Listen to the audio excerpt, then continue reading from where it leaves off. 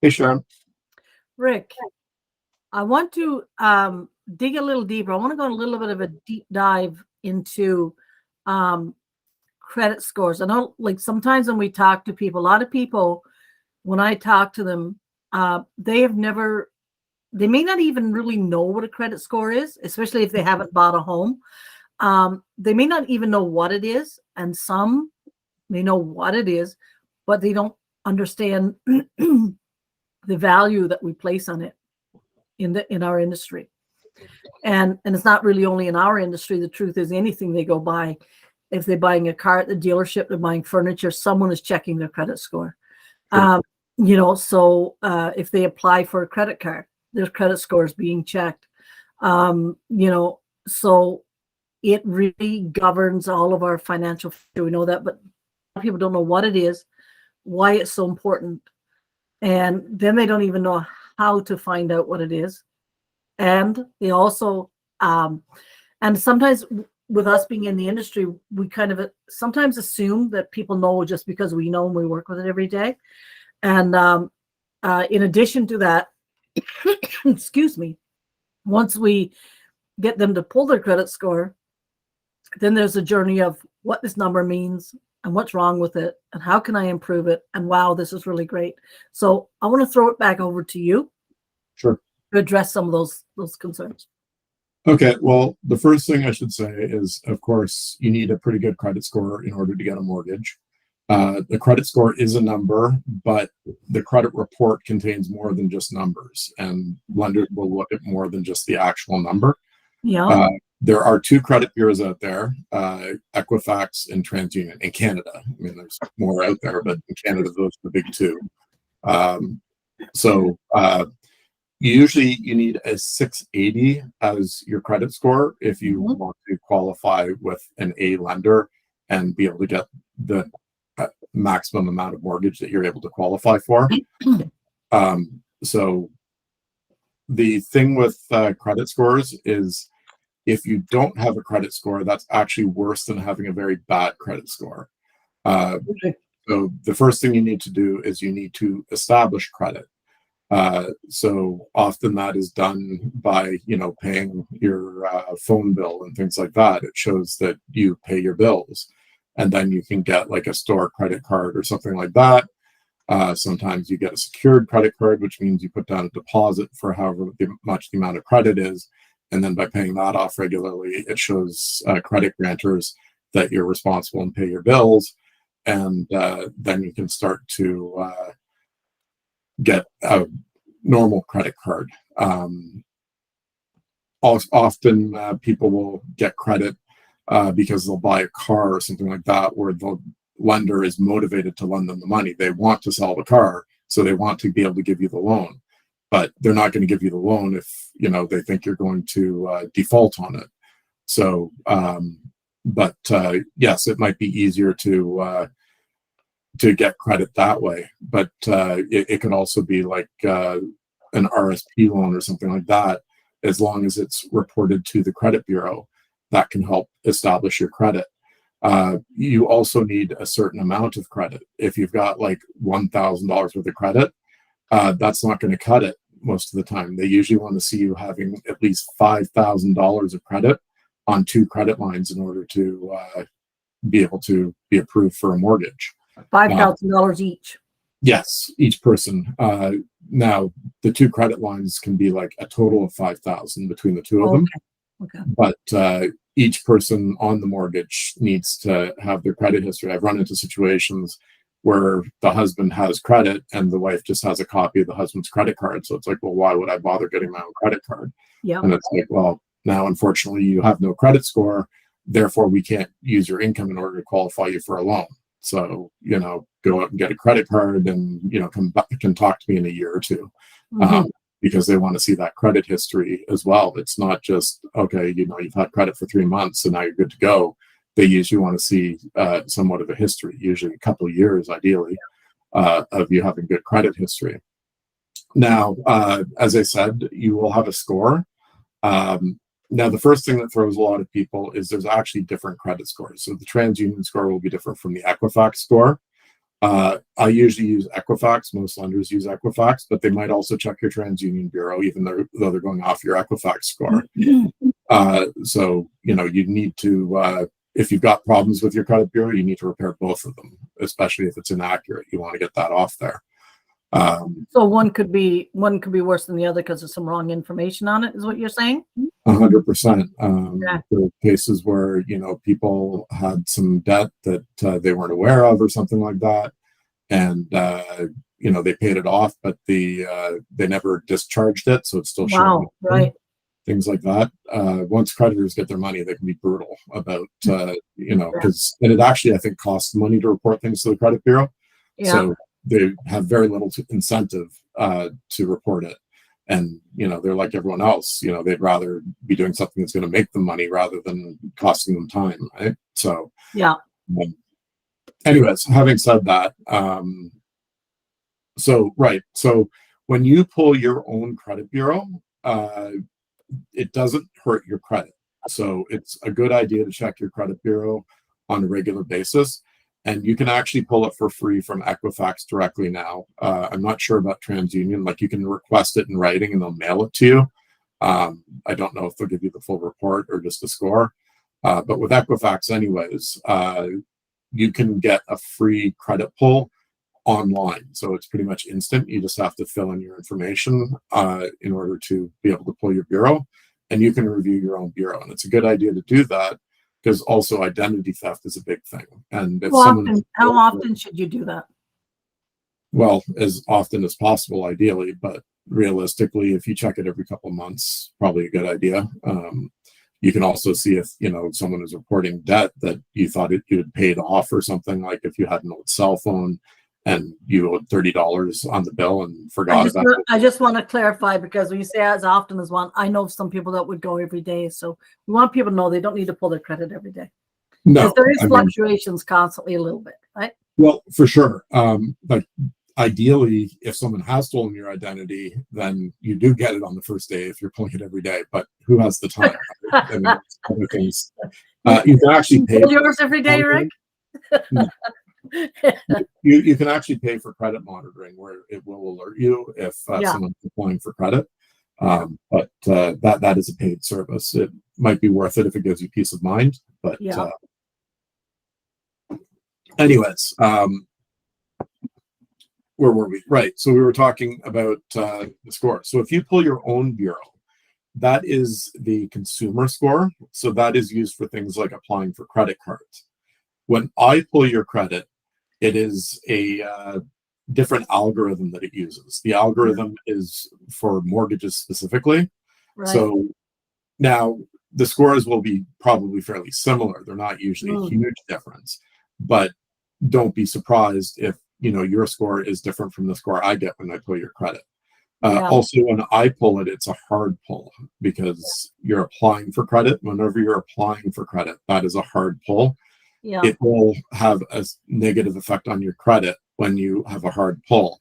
It depends on what your score is when it gets pulled as to how much it will affect your credit. If you've got a perfect score and you have a hard credit pull, it'll have a very negligible effect. If you've got like a 500 score, you know, they're really going to punish you for applying for credit. So you want to do the soft pull as opposed to the hard pull whenever possible. But when you want to get a pre-approval for a mortgage or you want to get a mortgage, you have to do the hard pull. There's no way around that. Let me interrupt you there for a second. Sure. There is people get concerned because they want to apply for a mortgage and they're like, don't pull my credit. Mm-hmm. That's not, talk about that. It's okay to pull your credit. It's okay to go to a mortgage broker. It's okay to see what's going on, because they're under the understanding that as soon as you pull my credit, you are going to make my credit score go down. Talk about that. Okay. Well, yes, as I said, it has a slightly negative effect on your credit score. If you've got like a 500 credit score, then they will punish you more for a hard pull because they're like, you should know better than to be pulling your credit. Like no one's going to lend you money except maybe the lenders of last resort, those payday loan places and so forth. Yeah. Predatory lenders almost. I don't want to say that payday loan places are predatory lenders, but it's anyways. Right. So they will punish you if you've got a low score, whereas if you've got a great score, it will be a negligible impact for a short period of time. Like, you'll recover quickly. Like, missing a credit card payment will probably have far more impact on your credit score than having your credit pulled if you've got a good score. But even when you pull it, I mean, it just throws a dent on it for a few days. It's only temporary. And I was going to say, so the way that credit scores are measured is it's an algorithm.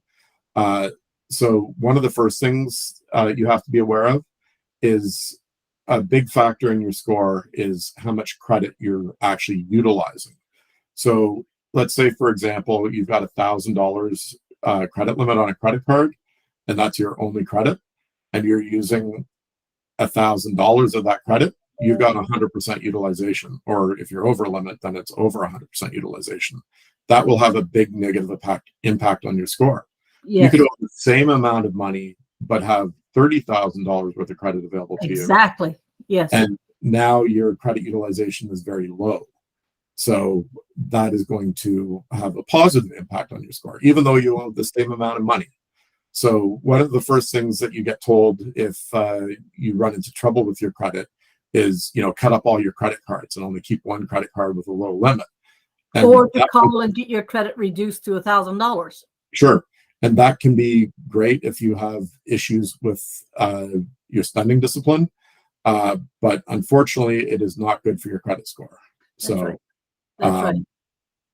Anyways, having said that, you also don't want to cancel a card that you've been using for a long time and been making regular payments on, because having a long track record of making your payments on time is great for your credit score. If you decide you don't want that card anymore and you cancel that card, all the good history is gone. But any bad history, any missed payments you may have had, that stays. So if you're getting a new card with some great deal, don't throw out your old card, because now it looks like if you only use a new card, destroy the old one, it looks like you're starting out new with building your credit. Exactly. So having credit history is great. So having that credit card that you've had for 20 years and never missed a payment on, amazing. Yeah. And I mentioned before that it's your credit report has a number on it, which is important. But it's not just that number that lenders are going to look at. If you've missed 3 payments in recent history, they're going to want to know why, right? Yes. And even if your score meets the minimum, they might say, no, thanks. This looks like he's starting to have issues managing his finances. So we're going to take a pass on this one. Thanks. Right. Yeah. So just because you have the score that's good enough doesn't necessarily mean that they're going to accept you. So it's really important to, make sure that you make at least the minimum payment on time. I mean, it's good financial planning as well, because you don't want to be paying credit card interest. It's ridiculously high. Yeah. But anyways, having said that, so we've talked about utilization. Timely payments is important for your credit score, obviously. We've talked about canceling credit cards. Let's see, what else is a factor in your score? Oh, yes. So as I mentioned, the credit utilization.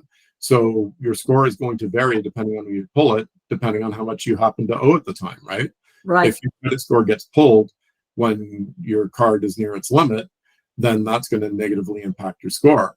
Where then you turn around and pay that off, your score is going to jump, right? So, it's amazing. Like, I'll see someone with a low credit score because they've got all this credit card debt, and then will refinance their mortgage to pay off all that credit card debt. All of a sudden, creditors are beating a path to the door to try and lend them more money because they've got an amazing credit rating. So what kind of time frames are we looking at there once they've paid off those debts? Well, the algorithm is, but sometimes it can be almost instant, right? Because the algorithm is a bit of a mystery. They don't let you know exactly, like, you do this, you're going to get, this much increase overnight. Exactly. But the point is that they can see a relatively quick change in their credit report and in their ability to acquire good credit. Because let's face it, if you got no credit score, you can get credit. It's at what cost? What does it cost you to go to payday and get the loan? What's the interest rate, and on a daily basis? What does it cost you to go finance a car? And if your credit score is good, you're financing it at 2.7%. And yet if it's bad, you might be paying 29%, to finance that car. So you're paying if you don't pay it in the right places, you're going to pay it in the wrong places. And I don't know, how you would even rent an apartment in this market if you don't have a decent credit score or no credit They won't score. even take a year's worth of money if your credit's bad. Yeah. Up front. Because it's so difficult to evict someone. So it's like, well, if you've got a history of not paying your bills, why would I want you living in my property when it's going to be hard to get rid of you because you're not paying your rent on time? So then they end up finding something then that's illegal and oftentimes unsafe. So exactly, you cannot get it without it. Now, if you have had histories of poor credit in the past, it's not necessarily, or even currently, it's not necessarily, the end game. You do have to have a bigger down payment if you've got a credit score that's not great. But we can work with alternative lenders that work with people with bruised credit. Now, you can't have all sorts of uncollected debts and get a mortgage.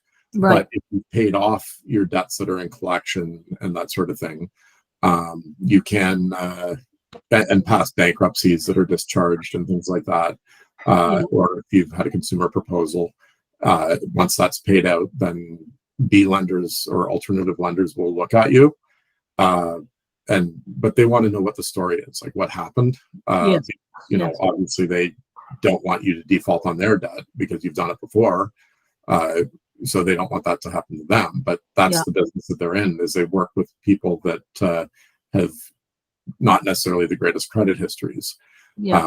But we can work on fixing that over time.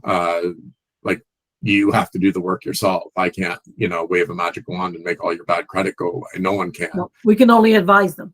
Exactly. If you have collections chasing you, you got to get rid of those before we can. And again, even in the rental market, you're probably not going to be able to rent an apartment when that is happening. You got to get those paid down. Anything that is on your credit bureau that's inaccurate, you want to get that removed. Now, time will heal, not all, but time will heal over. So, for example, things fall off your credit bureau usually after 6 or 7 years. There is actually an amount of time, I'm not sure off the top of my head, where if you haven't acknowledged the debt in a certain amount of time, then they have no actual power to collect it. They can keep reporting it on your bureau, but it will fall off the bureau eventually as long as you don't acknowledge the debt. But, a lot of lenders will ask, have you ever declared bankruptcy? And a consumer proposal is actually under the Bankruptcy Act. So you're supposed to disclose that. And not only lenders, depending on the type of job you're going into, a lot of employers ask that as well. Well, yes. I mean, if you're working in finance, for example, if you've got a bad credit history, it's like, well, this person can't handle their own finances, right? So there's a higher risk that you might commit fraud or something like that because you're in you owe a lot of people money. So, well, we can certainly say that in the case of your credit and your credit score now, it's safe to say what you don't know will definitely cost you. So there's no point in burying your head in the sand. And now that you know, you can't not know. So pull your credit scores, look at it, talk to us. There's no, we've seen it all. So we are not concerned about, or passing judgment on what this credit score is or why it is. We just want to work with you, find out your why, and help you get to where you want to go. So we can guide you, and now that you know, make it work for you in your favor, because you can. So I've worked with many clients for over a period of years in order to help them, counsel them on what they need to do to get their credit to the point where they can buy. Yeah. And it can be a long process sometimes. It depends on what sort of hole you're trying to pull yourself out of. Yeah. But at the end of the day, it's worth doing. It can be done. And a B lender is not the end of the world, or an alternative lender. You can get your credit score up while you have that loan from the alternative lender, and then once your credit score is good enough, you can apply for a loan from an A lender. It's usually only a 1-year term. So, and Rick, I was going to say, sometimes that is only a 1-year term. So, and even if you're taking a higher interest rate from an alternate lender for a 1-year term, you're paying a little more interest, but you are also, if you're paying that lender on time, you're also helping with your credit and building your credit. And, if you're getting near the end of that term and you're not quite where you want to be, what is it? It's not a big deal to take that for one more 1-year term, because you are still building your credit. You're still getting it, you're still fixing your problems, and you're looking good by not missing payments with this lender at the same time. So it's still a win-win situation. Even, these resources are there to help you. Not everyone can get into an A lender. In the self-employed market today, it's brutal trying to get the right financing. We're in this market. We know the extra hoops we have to jump through, as a self-employed. So all of these lenders are there. They're not there because your credit is bad. They're there to serve you at this stage in your life. And we all need something different.